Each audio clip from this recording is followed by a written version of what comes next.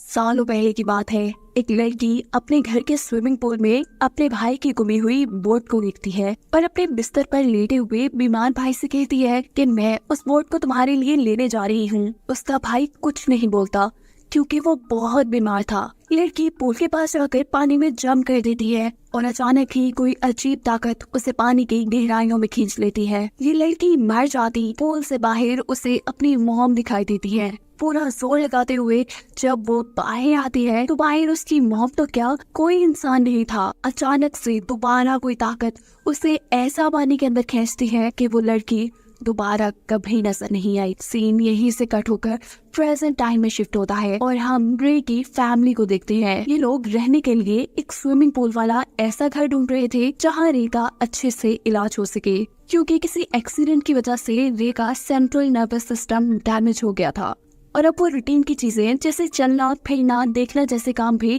ठीक से नहीं कर पा रहा था और बीमारी की वजह से उसे टीम से निकाल दिया गया था। ये लोग रहने के लिए वही घर चुनते हैं जिसे हमने मूवी के स्टार्ट में देखा है। घर शिफ्ट होने के बाद ये लोग पहला काम पूल की सफाई के बारे में सोचते हैं, जिसको करते हुए रे का हाथ कट जाता है। अब ये लोग कुछ प्रोफेशनल लोगों को पूल की सफाई के लिए बुलाते हैं। इस पूल का वाटर सोर्स अंडरग्राउंड था। पूल में इन्हें खुद पानी डालना नहीं पड़ता था। नेचुरली जमीन के नीचे का पानी इस पूल के अंदर आता था। वो लोग कहते हैं कि ये पानी तुम्हारे लिए काफी अच्छा साबित हो सकता है। खैर, हम आगे देखते हैं कि पूल अब दोबारा से तैयार था। ये फैमिली बहुत ज्यादा खुश थी। ये लोग पूल के अंदर जंप कर देते हैं। सभी को बहुत मजा आ रहा था। ये लोग अपने कुछ काम करते हैं और रात में रे की वाइफ दोबारा पूल के अंदर स्विमिंग करने के लिए जाती है। उसे भी स्विमिंग करते हुए पूल के बाहर रे खड़ा नजर आता है, लेकिन जब वो बाहर आती है तो यहाँ कोई नहीं था। रे की वाइफ इन सारी चीजों से घबरा जाती है और घर के अंदर चली जाती है। अब यहीं पर हमें इनकी बिल्ली को बैठा दिखाया जा रहा था। उससे पूल के बिल्कुल दरमियान में वही बोट दिखाई देती है जो कहानी के शुरू में दिखाई जा रही थी। और अगले दिन इन सबको इस पानी के अंदर इनकी कैट का कॉलर मिला था। इनकी कैट अब गायब हो चुकी थी। रे का बेटा इस चीज से बहुत ज्यादा उदास हो चुका था। उसकी मॉम से कहती है, उदास ना हो, हम इस पुल के ऊपर एक कवर लगा देंगे ताकि आइंदा कभी ऐसा कुछ ना हो पाए। यही रे नोटिस करता है कि कल जो स्विमिंग पूल से उसके हाथ में बड़ा सा कट लगा था उसमें बिल्कुल दर्द नहीं है। वो पट्टी खोल के देखता है तो इतना बड़ा कट बिल्कुल ठीक हो चुका था, ऐसे जैसे कभी कोई चोट लगी ही ना हो। रे को लगता है कि ये सब पूल के पानी की वजह से हुआ है, इसीलिए वो पूल में ज्यादा से ज्यादा वक्त गुजारने लगता है। जबकि दूसरी तरफ रे की वाइफ को पूल से जुड़े कुछ बुरे सपने भी आने लगते हैं। रे अगले दिन डॉक्टर के पास रेगुलर चेकअप के लिए जाता है। डॉक्टर बताती हैं कि हैरान कुन तौर पे रे बहुत तेजी से रिकवर कर रहा है। दिखाया जाता है कि रे का बेटा स्विमिंग पूल के पास बैठा था जब अचानक स्विमिंग पूल के अंदर बहुत से कॉइन्स आना शुरू हो जाते हैं। उसे लगता है कि ये कॉइन्स शायद उसके डैड फेंक रही है, जिन्हें वो जमा करना शुरू कर देता है। और अचानक उसे पानी के अंदर एक बच्ची दिखाई देती है, वही बच्ची जो इस मूवी के स्टार्ट में इसी पूल में गायब हो गई थी। वो बच्ची स्विमिंग पूल के ड्रेन हॉल से मदद मांग रही थी। इस ड्रेन के अंदर हाथ डालने पे पहले इस बच्चे को एक खिलौना मिलता है। जब वो इस खिलौने को बाहर निकालता है तो उसके ऊपर बहुत से बाल लगे हुए थे। अचानक वो बाल हाथों में बदल जाते हैं और ये हाथ उसे अपनी तरफ खींचने लग जाता है। बच्चा बहुत ज्यादा डर कर यहाँ से बाहर निकल आता है। वो ये सारी बातें अपनी मॉम को बताता है। उसकी मॉम जब चेक करती है तो वहाँ कुछ भी नहीं था। ये सब लोग मिलकर अब रे की बेसबॉल प्रैक्टिस में जाते हैं, जो करते हुए पहले तो रे काफी कमजोर महसूस कर रहा था अपने आप को, लेकिन फिर जब वो पूरा फोकस लगाता है तो इस बार उसने ऐसी शॉट लगाई थी कि बॉल तक फट गई थी। सब लोगों के साथ साथ वो खुद भी इस चीज से हैरान था।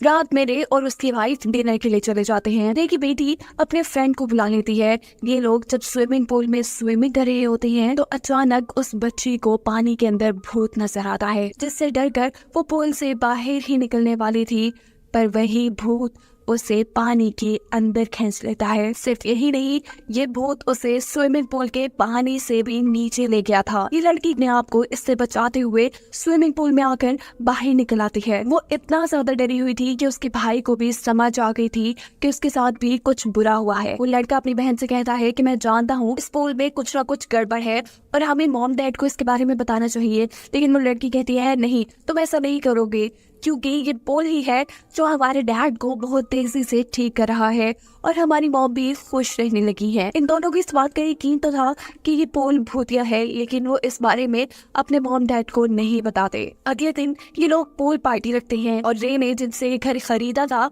वो एजेंट भी यहाँ आती है। रे की वाइफ उससे सवाल करती है कि मैंने सुना है कि 15 साल तक ये पुल बंद रहा, ऐसा कैसे हो सकता है कि इतने सालों में यहाँ रहने वाले लोगों ने इस पुल का इस्तेमाल ही नहीं किया। एजेंट बताती है कि काफी सालों पहले यहाँ पे एक लड़की डूब गई थी, जिसके बारे में लोगों ने ऊटपटांग बातें शुरू कर दी। लोग इस पुल से डरने लगे और फिर किसी ने इस पुल को चलाया ही नहीं। रे की वाइफ कहती है, क्या उस बच्ची का नाम रबीका तो नहीं था? एजेंट शॉक थी कि तुम्हें इसके बारे में कैसे पता? ये नाम असल में पुल ने ही रे की वाइफ को बताया था। पूल पार्टी के दौरान सभी लोग एंजॉय कर रहे थे, जबकि ऊपर रे का बेटा कैमरे से इस पूल पार्टी में होने वाली हर हरकत पर नजर रखे हुए था, क्योंकि वो नहीं चाहता था कि यहाँ पे कुछ बुरा हो जाए। रे जो कि इस वक्त एक बच्चे के साथ पानी के अंदर था, अचानक ही उसे पूल के अंदर काला साया नजर आता है, जो एक सेकंड में ही उसके अंदर जाकर उसे पोजेस कर चुका था। उस काले साए के कब्जे में आते ही रे उस बच्चे को लेकर पानी के अंदर चला जाता है। अपने रूम में खड़ा हुआ रे का बेटा ये सब चीजें नोटिस कर लेता है और नीचे आकर अपनी मॉम को बताता है।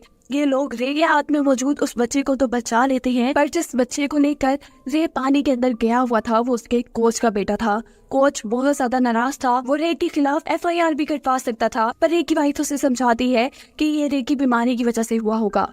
रे की भी हालत काफी अजीब हो चुकी थी, वो भी अजीब अजीब हरकतें कर रहा था, इसीलिए उसकी वाइफ उसे कमरे में बंद कर देती है और खुद रबीका यानी सालों पहले इस पूल में डूबने वाली बच्ची के ऊपर रिसर्च शुरू करती है। जो करते हुए उसे मालूम पड़ता है कि सदियों से ही इस पूल के अंदर लोग गायब होते आ रहे हैं। ये बात जानने के बाद वो खुद भी खौफ में आ चुकी थी। वो इस पूल का पानी सबसे पहले निकालती है और फिर रेबिका की मॉम के पास जाती है और उनसे पूछती है कि रेबिका के साथ क्या हुआ था और आपका बेटा जो बहुत ज्यादा बीमार था आज वो बिल्कुल ठीक कैसे है और शहर का इतना बड़ा आदमी कैसे बना वो। पहले पहले ये औरत कहती है कि तुम जो सब बता रही हो वो झूठ है, मेरी तो कोई बेटी ही नहीं थी।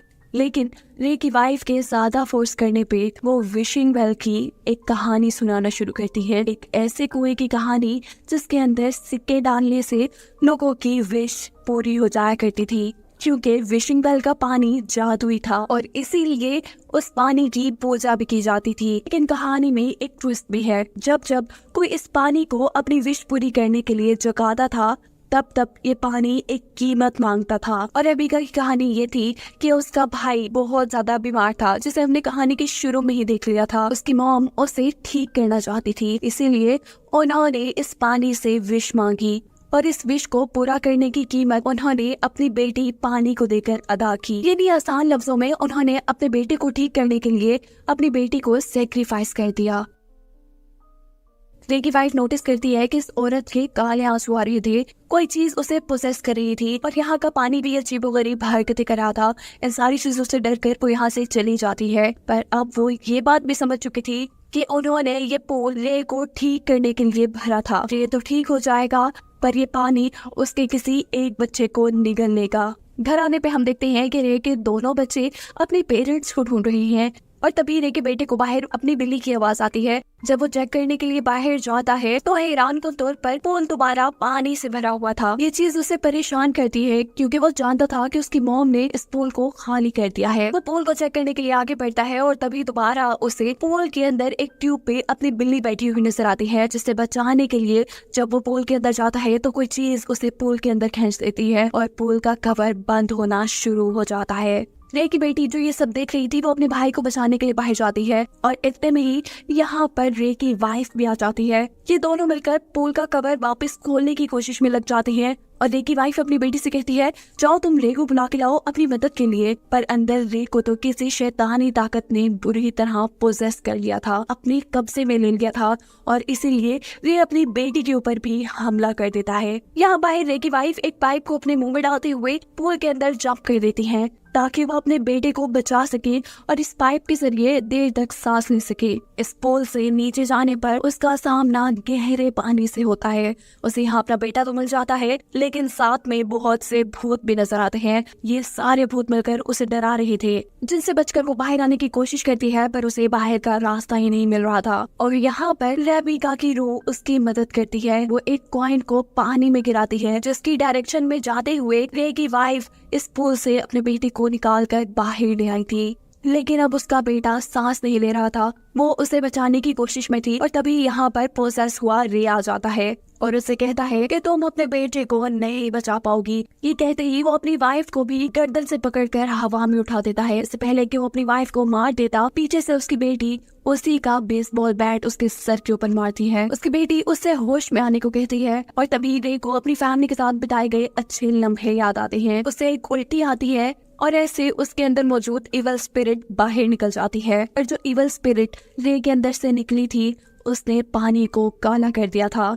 रे अब समझ चुका था कि किसी को तो पानी के अंदर जाकर अपनी कुर्बानी देनी होगी। वो अपनी फैमिली को बचाने के लिए खुद इस पानी के अंदर गिर जाता है और ये पानी उसे सेक्रीफाइस के तौर पे कबूल करके उसके बेटे को एक नई जिंदगी दे चुका था। और मूवी के आखिरी सीन में दिखाया जाता है कि रे की फैमिली उसे बहुत ज्यादा याद कर रही थी। उन्होंने अब फैसला किया था कि वो जिंदगी भर इसी घर में रहेंगे, ताकि आइंदा कभी कोई इस पूल के पानी को ना जगाए और ना ही ये पूल किसी और आदमी की जान ले। जिसके साथ ये कहानी यहाँ खत्म हो जाती है।